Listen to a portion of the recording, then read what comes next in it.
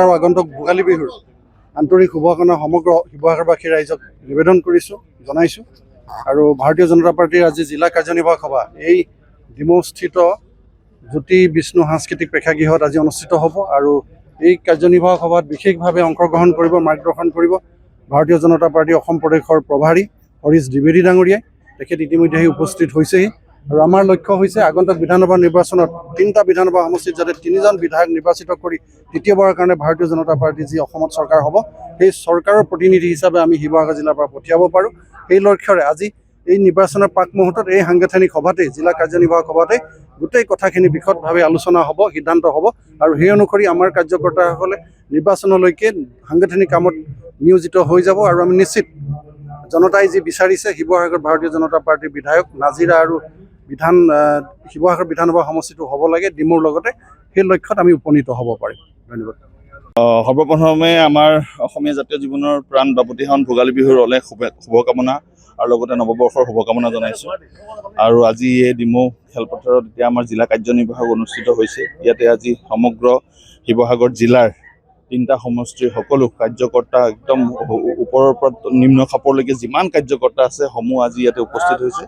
আৰু এটা জোৱাৰ উঠিছে আৰু এই জোৱাৰ কেতিয়াও নৰখিব। কাৰণ এটা কথা আপোনালোকে চাওক, আমি সদায় উন্নতি বিচাৰোঁ আৰু উন্নতি আমি চাবলৈ হ'লে যেতিয়া আমি দেখা পাইছোঁ যে আমাৰ কাষৰে যোৰহাট জিলাও বহুত আগবাঢ়ি গুচি গ'ল, কাষৰ ডিব্ৰুগড় জিলাও বহুত আগবাঢ়ি গুচি গ'ল, কিন্তু আমি শিৱসাগৰ হৈ থাকিলোঁ। কাৰণটো আমি এইকাৰণে ক'ব লাগিব, কাৰণ কেন্দ্ৰতো বিজেপি চৰকাৰ আৰু ৰাজ্যতো বিজেপি চৰকাৰ। কিন্তু আমি যেতিয়া এখন চৰকাৰৰ বিপৰীত সোঁতত আমি অৱস্থিতি গ্ৰহণ কৰিম, নিশ্চয় আমি সেই চৰকাৰখনৰ পৰা আমি কিছু ক্ষেত্ৰত ধৰক চৰকাৰে সহায় কৰিলেও, কাৰণ বিৰোধী পক্ষ বিধায়ক থাকিলে সেই তেওঁলোকৰ সুবিধাখিনি আদায় কৰিব নিবিচাৰে আৰু সদায় চৰকাৰখনক তেওঁলোকে বিৰোধীয়ে গালি দি থাকে যে আমাক সুবিধা দিয়া নাই, আমুক দিয়া নাই, তামুক দিয়া নাই, এনেকৈ কৰি। কিন্তু চৰকাৰ দিবলৈ মন থাকে, কিন্তু তেওঁলোকে এটা গালি পৰাৰ অচিলা বিচাৰি সেই গালি পৰা অচিলা বিচাৰি থাকে কাৰণে সমষ্টিটো উন্নয়ন নহয় বা জিলাখনৰ উন্নয়ন নহয়। সেইটোৱে এক কথা। আগন্তুক নিৰ্বাচনত এগৰাকী টিকেটৰ দাবীদাৰ হিচাপে আপোনাৰ নাম চৰ্চা হৈ আছে। কি ধৰণে প্ৰস্তুতি কৰিছে, কেনেকুৱা? টিকেটৰ দাবীদাৰ বুলি ক'বলৈ হ'লে এতিয়াতো মই এজন সাধাৰণ কাৰ্যকৰ্তা হিচাপে কাম কৰি আছোঁ প্ৰায় 10 বছৰে হ'ল। আৰু মাননীয় মুখ্যমন্ত্ৰী ডক্টৰ হিমন্ত বিশ্ব শৰ্মা ডাঙৰীয়া আৰু আমাৰ ৰাজ্যিক সভাপতি সন্মানীয় দিলীপ শইকীয়া ডাঙৰীয়া নেতৃত্বত যি আমাৰ বিজেপি চৰকাৰ চলি আছে বা আমি কাৰ্যকৰ্তাসকলে কাম কৰি আছোঁ, আমি কাম কৰিবলৈ আছোঁ। আমি টিকেট নিবিচৰা এনেকুৱা কথা নাই। যি দায়িত্ব দিছে আজি 10 বছৰে পালন কৰি আহিছোঁ। আৰু যদি দায়িত্ব দিয়ে তেতিয়াহ'লে আমি ল'বলৈ প্ৰস্তুত আছোঁ বুলি ভাবোঁ।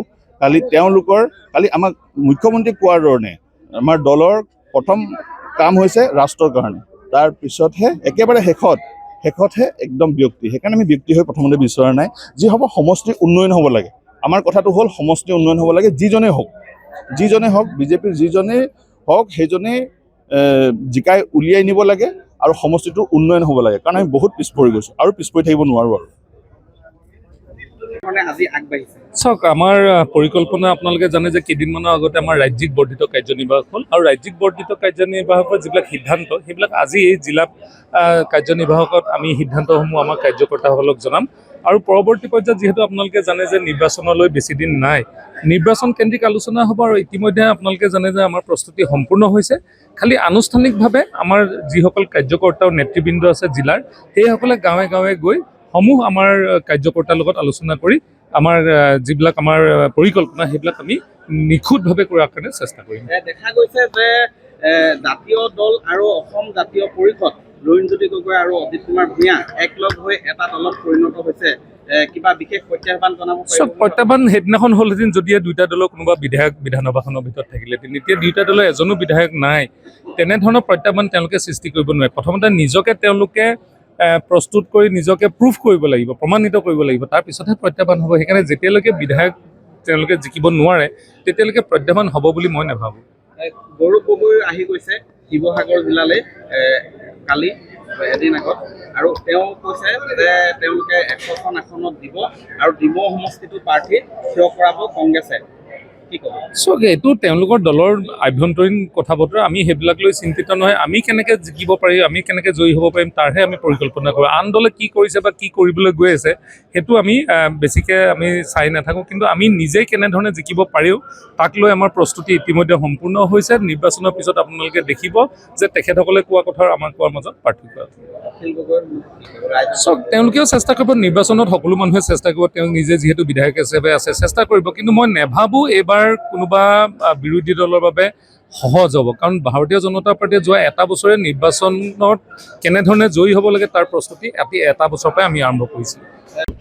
হয়, আজি শিৱসাগৰ জিলাৰ আমাৰ ভাৰতীয় জনতা পাৰ্টী বৰ্ধিত কাৰ্যনিৰ্বাহক সভাখন আমাৰ যিহেতু খুব গুৰুত্বপূৰ্ণ এই নিৰ্বাচনৰ প্ৰাক মুহূৰ্তত কাৰ্যনিৰ্বাহক সভা, ইয়াতে বিশেষভাৱে আমাৰ সকলো স্তৰৰ আমাৰ বিষয়ববীয়াসকল আজি উপস্থিত থাকিব। মণ্ডলৰ মূল বিষয়ববীয়াসকল থাকিব, জিলাখনৰ সকলোবিলাক থাকিব, আৰু আমাৰ ইয়াৰ পৰা ষ্টেটত প্ৰতিনিধিত্ব কৰি থকা প্ৰত্যেকজন বিষয়ববীয়া ইয়াতে থাকিব।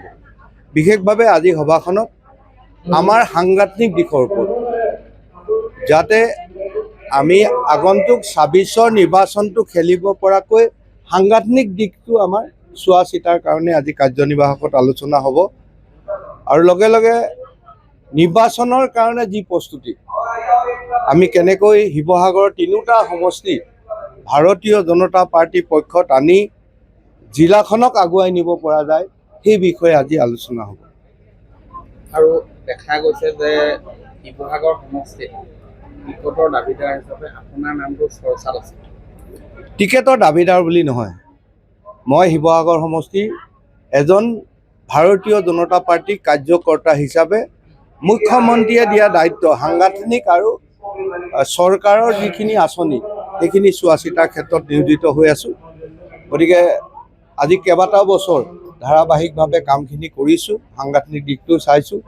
ইতিমধ্যে শিৱসাগৰ সমষ্টিৰ সাংগঠনিক দিশটো আৰু নিৰ্বাচনৰ যিটো পৰিকল্পনা, এইখিনি ক্ষেত্ৰত আমি পূৰ্ণ প্ৰস্তুতি ইতিমধ্যে আমাৰ হৈছে। আৰু শিৱসাগৰ সমষ্টিত এইবাৰ ভাৰতীয় জনতা পাৰ্টী দখললৈকে আহিব। ৰাইজে ইতিমধ্যে 10টাকৈ বছৰ উন্নয়নৰ ক্ষেত্ৰত হেৰুৱালে। এইবাৰ আৰু শিৱসাগৰ সমষ্টিৰ ৰাইজে বঞ্চিত হ'ব বিচৰা নাই। গতিকে শিৱসাগৰ প্ৰত্যেকজন মানুহৰ মুখে মুখে এটাই কথা, আমাক উন্নয়ন লাগে, আমাক কোনো ৰাজনীতি কথাটো নাই, যে শাসকীয় দলৰ লগত থাকি ভাৰতীয় জনতা পাৰ্টীৰ লগত থাকি এবাৰ তেওঁলোকে উন্নয়নৰ কথা বতৰাহে চিন্তা কৰিব। সেয়েহে সকলো ৰাইজৰ স্পষ্ট মতামত আমি পাইছোঁ। নিশ্চিতভাৱে শিৱসাগৰ সমষ্টি এইবাৰ, লগতে আমাৰ 3টা সমষ্টি এইবাৰ ভাৰতীয় জনতা পাৰ্টীৰ দখললৈকে আহিব। শিৱসাগৰ বৰ্তমান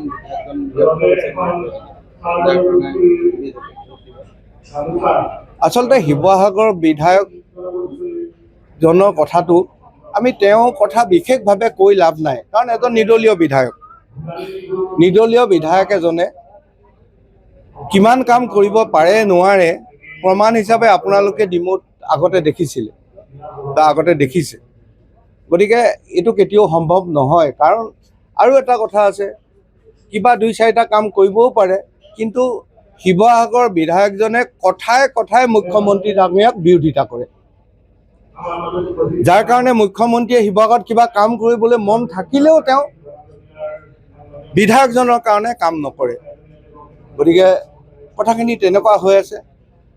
আৰু যিহেতু আমি যিটো দেখা পাইছোঁ, আমাৰ শিৱসাগৰ বিধায়কজন আচলতে উন্নয়নৰ কথা বতৰাবিলাক বাদ দি হাঁহি খোৰাক যোগোৱা নিচিনা কথাবিলাকে তেওঁ বেছিকৈ ক'বলৈ ধৰিছে। আৰু আপোনালোকেও লক্ষ্য কৰিছে যোৱা দিনবিলাকত তেওঁ যিখিনি কৰ্মকাণ্ড, সেইখিনিত আজি আমি বিধায়ক হিচাপে গৌৰৱ কৰাতকৈ বিধায়ক হিচাপে আমি শিৱসাগৰবাসী ৰাইজ লজ্জিত হৈছোঁ।